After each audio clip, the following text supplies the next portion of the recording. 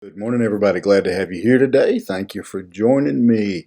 If you'd like to, excuse me, if you'd like to follow along, we will be in the third chapter of Philippians. Starting that chapter today, we will just look at the very first verse, and really is part of a bigger section. But the first verse has a message that I want to focus on before we then move on into the remainder of the chapter.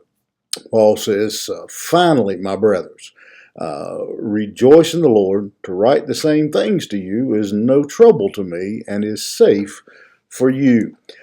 Paul, as he is now moving towards wrapping this letter up, he reminds his audience of the importance of rejoicing in the Lord. Of not being discouraged, not getting defeated, down and out. And he says, that's no problem for me to say that. And again, Paul, of all the people who may have had trouble saying rejoice, Paul certainly had reason. Again, he's writing as he is in prison or under arrest. And as we move on, we'll see he's going to list some of the reasons for us why it's easy for him to say that, why we should rejoice in the Lord. A believer from Paul's day to this day is always surrounded and deals with circumstances that are not real pleasant, which Paul certainly knows about, and false teaching has always been an issue. And so Paul says that no matter where we are, no matter who reads this letter or when they get this letter, these are going to be issues that they have to face. And he says, in spite of that, we are to keep, as the saying goes, our chin up. We are to rejoice. And notice what he says, not just rejoice, but rejoice in the Lord. We're not just rejoicing because we've lost our marbles, because we don't know any better.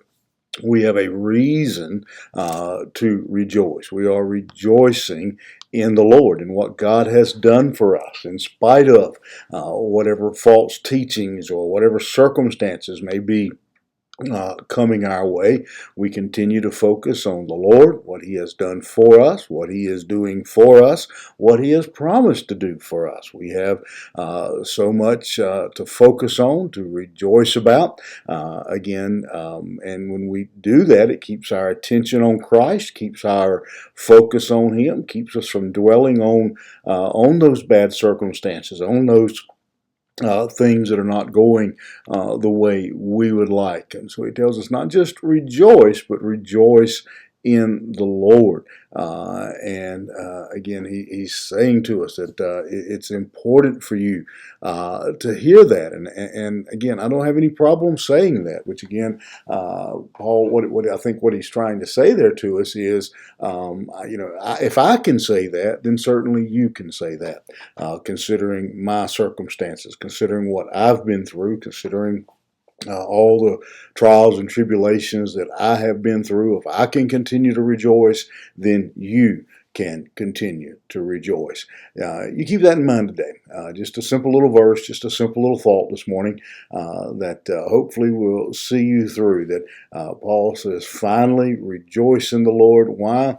He says, because it is safe for you to do that. Keep that in mind today. Rejoice in the Lord. And again, I say, as the Bible says, rejoice.